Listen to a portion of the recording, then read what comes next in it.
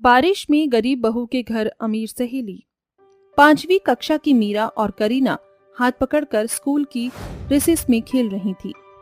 आओ मिलो, सीलो सालो, कच्चा धागा, रेस लगा लो।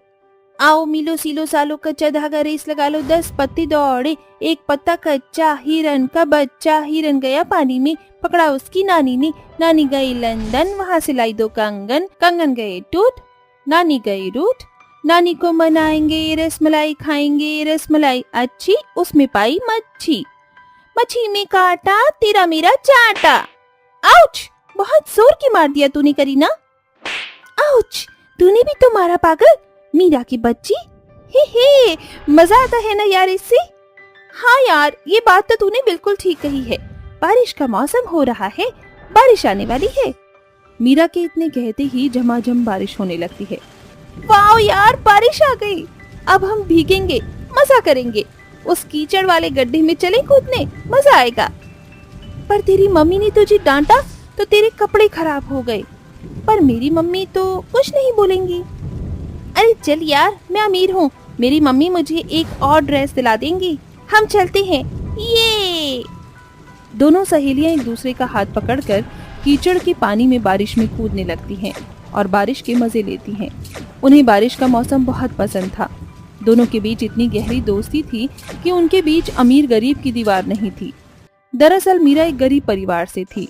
उसके बावजूद भी करीना सब जानकर उसकी दोस्त बनती है। हमेशा उसका क्लास में, पढ़ाई में, खेलकूद में उसका साथ देती है। वक्त के साथ दोनों सहेलियां बड़ी हो जाती हैं। एक दिन कॉलेज की पार्टी के लिए तैयार होकर करीना मीरा के घर आकर कहती है, मीरा, ये क्या, तूने अभी तक सूट ही पहना हुआ है, तो तैयार क्यों नहीं हुई? पार्टी में जाना नहीं है क्या? जानती है ना, फेयरवेल पार्टी में सबको आना है। हाँ यार, पर मेरे पास अच्छे कपड़े नहीं है, ये तो तू जानती है ना सैंडल है, इसीलिए मैं नहीं जाना चाहती। पुराने कपड़ों में भी जाऊंगी तो मेरी बेइज्जती हो जाएगी, इसलिए मुझे नहीं जाना। अरे तू मेरे होते हुए ऐसा कैसे सोच सकती है? तू जानती है ना, तेरी सहेली तेरे कहते ही हर चीज ले आएगी। ये कपड़े क्या चीज हैं? चल तुझे मॉल से कुछ दिला कर लाऊं। ऐसा तैयार करूंगी कि सब देखते ही रह जाएंगे। ये कहते ही करीना उसे मॉल से अच्छे कपड़े दिलाकर पार्लर से रेडी कराती है, जहाँ उसकी काया ही पलट जाती है। देखा तू, कितनी सुंदर लग रही है। कॉलेज में तेरा कोई मजाक भी नहीं उड़ा सकता। उल्टा लड़के तुझे देखकर तेरे दीवाने हो जाएंगे। वो तो है, क्योंकि ये सब मेरी बेस्टी करीना का कमाल है। अब जल्दी चल, वरना फेयरवेल पार्टी खत्म हो जाएगी, फिर कोई लट्टू भी नहीं होगा तुझ पर। दोनों फेयरवेल पार्टी में पहुंचती हैं कि निखिल और सम्राट मीरा को देखकर हैरान रह जाते हैं। ये तो अपनी कॉलेज की गरीब मीरा है ना, जरा देख तो, इसकी अमीर सहेली के कारण इसकी काया ही पलट गई। महंगी ड्रेस, महंगी सैंडल। हाँ भाई, अरे तू भूल गया क्या, इसकी अमीर सहेली ने इस पर पैसे खर्च किए हैं, तभी तो इतनी सुंदर दिख रही है। इन गरीब लोगों की फितरत ही ऐसी होती है, अमीरों के साथ दोस्ती कर बैठते हैं और उनके पैसे खाते हैं। बंद करो अपनी बकवास, बहुत बोल दिया तुम लोगों ने। ये बोलकर मीरा वहाँ से चली जाती है। ये देखकर करीना को बहुत गुस्सा आता है और वो उन दोनों को सबक सिखाती है, जिसके बाद वो दोनों माफी मांगकर पार्टी से चले जाते हैं और करीना मीरा भी पार्टी को एंजॉय करते हैं। वक्त गुजरता है, करीना अपनी पढ़ाई के लिए विदेश चली जाती है। दूसरी ओर मीरा की शादी गरीब केतन से हो जाती है, जहाँ वो बहुत खुश थी। फिर उसका बेटा डुग्गू उसकी जिंदगी में आता है, जो कि 1 साल का था। पर केतन की नौकरी का कोई ठिकाना नहीं था, उसके मालिक का काम ठप हो जाता है। फिर एक सुबह डुग्गू रो रहा था। अली अली अली, कहाँ हुआ मेरे प्याले छी डुग्गू को? अरे क्या हुआ बहू, लल्ला इतना रो क्यों रहा है? माँ जी, इसे भूख लगी है, शायद घर में कुछ खाने को भी नहीं है। क्यों ना मैं दाल चावल मिलाकर खिचड़ी बना लूं, हम सब भी वही खा लेंगे और डुग्गू भी। हाँ बहू, ये ठीक रहेगा, और थोड़ा ज्यादा पानी डालना ताकि रात तक काम चल जाए। माँ मुझे माफ कर दो, मैं घर का खर्चा सही से चला नहीं पा रहा, आपकी दवाई नहीं आ पा रही, और अब तो डुग्गू भी थोड़ा बहुत खाने लग गया। कोई बात नहीं बेटा, आज तू अपने मालिक से बात करना। केतन जी, आप खाना खाकर जाइएगा। नहीं मीरा, इतनी टेंशन है कि मैं चैन से बैठकर घर पर कुछ खा भी नहीं सकता। अच्छा, डुग्गू का ख्याल रखना। इतना कहकर केतन चला जाता है। फिर वो पानी वाली खिचड़ी बना देती है। दोपहर में सास बहू वही खाते हैं। खाते वक्त अचानक से मौसम बिगड़ जाता है और तेज बारिश होने लगती है, जिसके कारण उनके घर की छत से पानी टप टप करने लगता है और पानी मनोरमा की थाली में पड़ जाता है। हे भगवान, ये कैसे दिन देखने पड़ रहे हैं कि चैन से खाना भी नसीब नहीं हो रहा। अब बरसात की बूंदें हमें परेशान करेंगी। गरीबी से तो तंग ही हो गए हैं। माँ जी, इधर खाना खा लीजिए, मैं यहाँ पर पतीला रख देती हूँ, गीला नहीं होगा फर्श। शाम को केतन घर पर वापस आता है तो जगह जगह पतीले और बाल्टी रखा हुआ देखकर कहता है, ये क्या, अब हमें इस चीज से भी जूझना पड़ेगा। घर की मरम्मत के लिए भी 2-4 हजार तो चाहिए ही चाहिए। बहुत बदनसीब महसूस हो रहा है मीरा। केतन, आप परेशान मत हो, बस कुछ दिन की कठिनाई है ये। घर में पैसे नहीं थे, मालिक से बहुत बोला, तब जाकर उन्होंने मुझे 100 रुपए दिए हैं। अब तुम देख लो इसका क्या करना है। कल सामान ले आऊंगी, फिलहाल आप खाना खा लीजिए। इसके बाद सब बैठकर खाना खाते हैं और जमीन पर सो जाते हैं। अगले दिन केतन उठकर देखता है तो उसकी नजर खिड़की से बाहर जाती है, जहां सारी सड़क पर पानी भर गया था। तभी एक गाड़ी उसके घर के सामने रुकी, जिसमें से छाता पकड़ा हुआ एक ड्राइवर, हाथों में सामान लिए हुए एक महिला जिसने चश्मा लगाया हुआ था, उसके साथ करीना के घर के अंदर आती है। मीरा, मीरा कहाँ है तू? करीना, तू अचानक, वो भी इतनी बारिश में कैसे आना हुआ? तेरी बहुत याद आ रही थी। मैं किसी काम से यहाँ से गुजर रही थी, फिर याद आया तेरा घर भी यहीं पड़ता है, तो मैं मुकेश को लेकर यहीं आ गई। ये देख, कितने सारे तोहफे लेकर आई हूँ तेरे लिए, और तेरा बेटा भी है ना, ला इसे मुझे गोद में दे। डुक्कू मौसी को हेलो बोलो। बहुत ही प्यारा बच्चा है। पूरे 6 साल बाद मिल रहे हैं ना हम। मीरा, बचपन के साथ रहे हैं हम, और फिर अब अलग होना पड़ गया। अरे ये क्या, बारिश का पानी थोड़ा थोड़ा तुम्हारे घर में आ गया है। मुझे लगता है करीना, हमें चलना चाहिए। खामखा तुम्हारी दोस्त परेशान हो जाएगी। अरे नहीं नहीं बेटा, ऐसा मत सोचो, बल्कि हमें तो बहुत खुशी है। बहू, जरा कुर्सी लेकर आ, क्योंकि जमीन पर काफी पानी है। हमें अपनी सेवा करने का मौका तो दो। माँ जी, केतन जी, आप थोड़ा सा यहाँ संभालिए, मैं बाहर से कुछ लेकर आती हूँ। तभी मीरा बरसात में सर पर पन्नी रखकर भरी सड़क पर धीरे धीरे दुकान की तरफ जाती है और हलवाई वाले से समोसे, कोल्ड ड्रिंक लेकर आ जाती है, जिसे वो अपनी अमीर सहेली और उसके पति के सामने रखती है। करीना, तू तो जानती है हमें बारिश का मौसम कितना पसंद था। देख, मैं तेरे लिए गर्मा गर्म समोसे लाई हूँ, और जीजू आपके लिए भी। खाइए। हम खा लेंगे। आप खा लीजिए, मैं जब तक किसी तरीके से पानी रोकता हूँ। और मैं आप दोनों के लिए गर्मा गर्म भजिया बनाकर लाती हूँ। ये बोलकर मीरा गैस पर गरम गरम पकौड़े बनाती है। वहीं मुकेश और करीना टेबल और मेज पर बैठकर खाना खाते हैं और डुग्गू को मनोरमा संभालती है। केतन बाल्टी लेकर बारिश का पानी बाहर करता है। घर की ये दशा देखकर करीना बिना बताए मीरा और उसके ससुराल वालों को मदद करने की ठान लेती है। इतने में मीरा आती है। ये लीजिए, आप दोनों के लिए गर्मा गर्म भजिया तैयार हैं, वो भी हरी चटनी के साथ। खा लीजिए। अच्छा मीरा, मेरी एक बात सुनेगी? मेरी सास यहाँ पर नहीं है और यहाँ बारिश भी बहुत है, तो क्यों ना आप सब लोग कुछ दिन के लिए मेरे घर पर आ जाओ। इतने में बारिश का पानी भी सूख जाएगा और मैं डुग्गू के साथ खेल भी लूंगी। अरे केतन भाई साहब, मेरे ऑफिस में एक एम्प्लॉय की जगह कम हो गई है, तो क्या आप आ जाओगे? मुझे आप जैसा भरोसेमंद आदमी चाहिए। सच में आपको अपनी कंपनी में ज़रूरत है तो मैं आपका सुझाव स्वीकार करता हूँ। जब तक मैं भी इस घर की मरम्मत करवा लूँगा, बारिश के पानी से खराब हो गया है। हाँ हाँ बिल्कुल जीजू। मीरा, आजा बैठ जा, तू भी मेरे साथ चाय पकौड़े खाकर बातें करना। हाँ हाँ बिल्कुल। ये सुनकर दोनों सहेली खूब एक दूसरे से बहुत देर तक बातें करती हैं।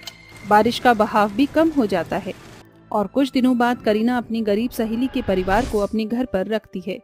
इतने में उसके घर की मरम्मत हो जाती है और केतन मुकेश की कंपनी में काम करके अपने घर की परिस्थिति धीरे धीरे बेहतर कर लेता है और वो सब खुशी खुशी रहने लगते। देखो निधि, कल तुम्हारी छोटी बहन को लड़के वाले देखने आ रहे हैं, इसीलिए तुम सारी तैयारी अच्छे से करके रखना। तुम जानती हो ना, तुम्हारी बहन के पहले भी कई सारे रिश्ते टूट गए हैं, लेकिन ये वाला रिश्ता बहुत ज्यादा खास है, इसीलिए तुम्हें मैंने यहाँ तुम्हारे ससुराल से बुला लिया है। अरे माँ, आप चिंता मत करो, मैं अपनी जिम्मेवारी समझती हूँ। काव्या का रंग काला था, जिसकी वजह से उसका एक भी रिश्ता तय नहीं हो पा रहा था। निधि और उसकी माँ कल्याणी इस बात से बहुत ज्यादा परेशान थे, लेकिन उन्होंने हार नहीं मानी थी। ये लीजिए, मेरी बहन काव्या ने अपने हाथों से गर्मा गर्म पकौड़े और नाश्ता तैयार किया है, खाइए, आपको बहुत अच्छे लगेंगे। अरे ये सब तो ठीक है, लेकिन ये तो बताओ तुम्हारी छोटी बहन कहाँ है? अमृता के कहने पर निधि कमरे में जाती है और अपनी बहन से कहती है, अरे ये क्या, अभी तक तैयार नहीं हुई? दीदी, मुझे बहुत ज्यादा डर लग रहा है।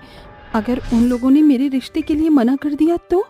ओहो, मेरी प्यारी बहन, कुछ नहीं होगा, तुम परेशान मत हो, सब कुछ ठीक हो जाएगा। निधि खुद अपने हाथों से अपनी छोटी बहन को तैयार करती है। काव्या बहुत काली थी, जिसकी वजह से इतना तैयार होने के बाद भी वो कुछ ज्यादा खास नहीं दिखाई देती। जैसे ही निधि काव्या को तैयार करने के बाद नीचे लेकर आती है, उसे देखते ही अमृता हैरान रह जाती है। हे भगवान, इतनी काली लड़की! अरे इतनी काली लड़की को मैं अपने घर की बहू कैसे बना सकती हूँ? ये सुनते ही काव्या की आंखों में आंसू आ जाते हैं। अरे आप इतनी समझदार होकर ये कैसी बातें कर रही हो? भगवान ने दुनिया में दो ही रंग बनाए हैं, एक काला और एक गोरा। फर्क क्या पड़ता है? अगर इंसान काला है तो? अरे उसका दिल साफ होना चाहिए, ये बहुत जरूरी है। निधि की ये बातें सुनकर अमृता भी कुछ देर के लिए शांत हो जाती है, जिसके बाद अमृता को अपनी गलती का एहसास होता है और वो सभी से माफी मांगते हुए कहती है, रंग रूप में मैं भी काली ही हूँ। मैंने जो चीजें अपने लिए सहन की, उसके बारे में मैं भूल ही गई थी और अभी मुझे समझ आया कि मैं कितनी बड़ी गलती करने जा रही थी। काव्या मुझे पसंद है और अब काव्या ही मेरे घर की बहू बनेगी। अमृता रिश्ता पक्का कर देती है, जिसके बाद कुछ ही दिनों में शादी की रस्में शुरू हो जाती हैं। देखते ही देखते वो दिन भी आ जाता है जिस दिन काव्या की शादी रोहित से होती है। काव्या से शादी करके रोहित उसे अपने घर ले जाता है और शादी के बाद काव्या की जिंदगी अच्छी खासी चलने लगती है। माँ जी, ये लीजिए आपका नाश्ता, और रोहित जी, आपके नाश्ते के साथ ही आपका लंच समय से खा लीजिएगा। अरे बहू, जब से तू इस घर के अंदर आई है, तूने पूरे घर को बहुत अच्छे से संभाला है। भगवान तुझे इसी तरह सलामत रखे। अमृता से आशीर्वाद लेने के बाद काव्या बहुत खुश होती है और खुशी खुशी रसोई में जाकर खाना बना रही होती है। तभी उसके फोन पर उसकी बड़ी बहन की कॉल आती है। अरे वाह, यकीन ही नहीं होता, आज इतनी सुबह सुबह तुमने मुझे याद किया। बताओ, कोई बात है क्या? दूसरी तरफ निधि बहुत जोरों से रो रही होती है। निधि और रोते हुए कहती है, मेरी दुनिया उजड़ गई, मैं बर्बाद हो गई, सब कुछ चला गया, मेरा पति अब इस दुनिया में नहीं रहा। मैं विधवा हो गई हूँ, मेरी बहन, मैं विधवा हो गई हूँ। ये सुनते ही काव्या के हाथों से फोन छूट जाता है और वो रोने लगती है, जिसके बाद वो अपने परिवार के सभी सदस्यों को इसके बारे में बताती है। सबको बहुत अफसोस होता है, जिसके दौरान रोहित अमृता से कहता है, मेरी मानो तो तुम अपनी बहन के पास चली जाओ, उसे अभी तुम्हारी जरूरत है। आपने बिल्कुल सही कहा, मेरी बड़ी बहन ने हमेशा से मेरा साथ दिया है, आज उसे मेरी बहुत जरूरत है, मुझे उसके पास जाना चाहिए। काव्या अपना सामान पैक करती है और अपनी बहन के पास पहुंच जाती है। कुछ दिन उसके पास रुकने के बाद काव्या उसे अपने साथ अपनी ससुराल ले आती है।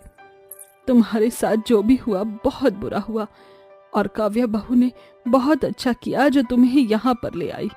यहाँ पर रहकर तुम्हारा दिल भी बहल जाएगा। मेरी जिंदगी तो बेरंग हो गई है माँ जी, अब मैं आपको क्या बताऊं, मेरी बहन मेरा बहुत साथ दे रही है। लाओ, मुझे ये सारा सामान दे दो, मैं आपका सामान कमरे में रख देता हूँ। रोहित निधि का सारा सामान अपने कमरे के बराबर वाले कमरे में रख देता है, जिसके बाद निधि उसी कमरे में रहने लगती है। कुछ ही दिनों में निधि अपनी छोटी बहन के ससुराल में आकर अच्छे से रहने लगती है और सभी के साथ घुल मिल जाती है। ऐसा लगता है जैसे उसकी जिंदगी का गम धीरे धीरे जा रहा हो। तो वहीं निधि को मन ही मन रोहित भी पसंद आने लगता है, क्योंकि रोहित उसे हमेशा बहुत अच्छे से ट्रीट करता है। अरे ये क्या, इतना सा खाना खाओगे तो फिर तंदुरुस्त कैसे होगे? ये लो, एक रोटी एक्स्ट्रा खाओ। क्या बात है, आपने मुझे तो कभी एक्स्ट्रा रोटी नहीं दी। क्योंकि तुम पहले ही पेट भरकर खाना खा लेती हो, इसलिए तुम्हें जरूरत ही नहीं पड़ती कहने की। सभी लोग हंसी मजाक करके खाना खा रहे होते हैं, लेकिन ये हंसी मजाक कब दुखों के पहाड़ की तरह टूटने वाला था, किसी को इसका अंदाजा भी नहीं था। अब ना केवल निधि को रोहित पसंद था, बल्कि रोहित भी निधि की खूबसूरती और सुंदरता की तरफ खींचा जा रहा था। अब दोनों एक दूसरे के साथ टाइम भी स्पेंड करने लगते हैं। अच्छा, मैं छत पर जा रहा हूँ, अगर तुम्हें आना हो तो आ जाना। नहीं जी, मुझे तो अभी बहुत सारे काम करने हैं, पहले मैं सारे काम कर लूं, उसके बाद सोचूंगी। काव्या ऐसा कहकर घर के कामों में लग जाती है, तो वहीं रोहित छत पर पहुंच जाता है। छत पर पहले से ही निधि मौजूद थी। आ गए आप?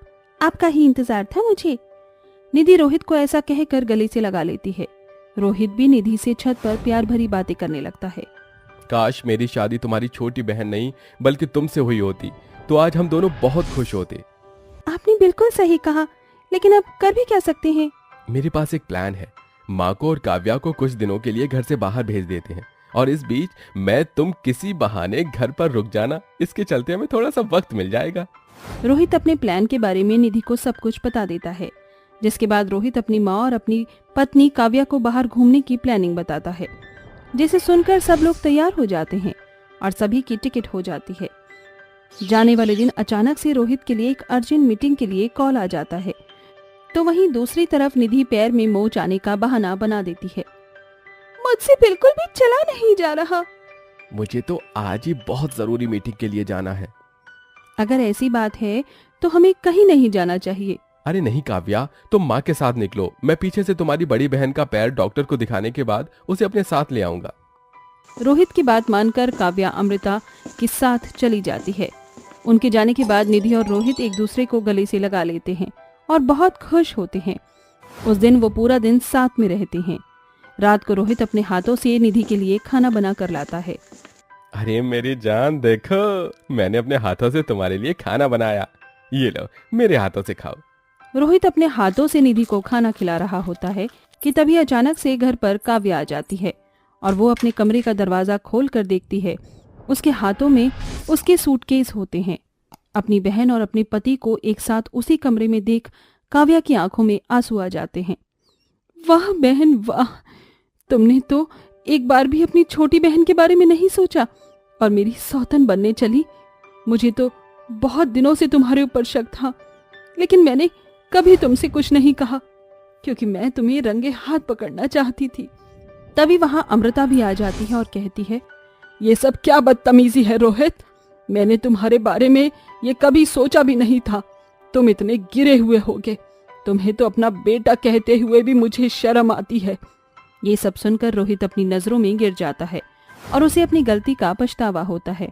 वो फौरन अपनी माँ और अपनी पत्नी के पैरों में गिर जाता है।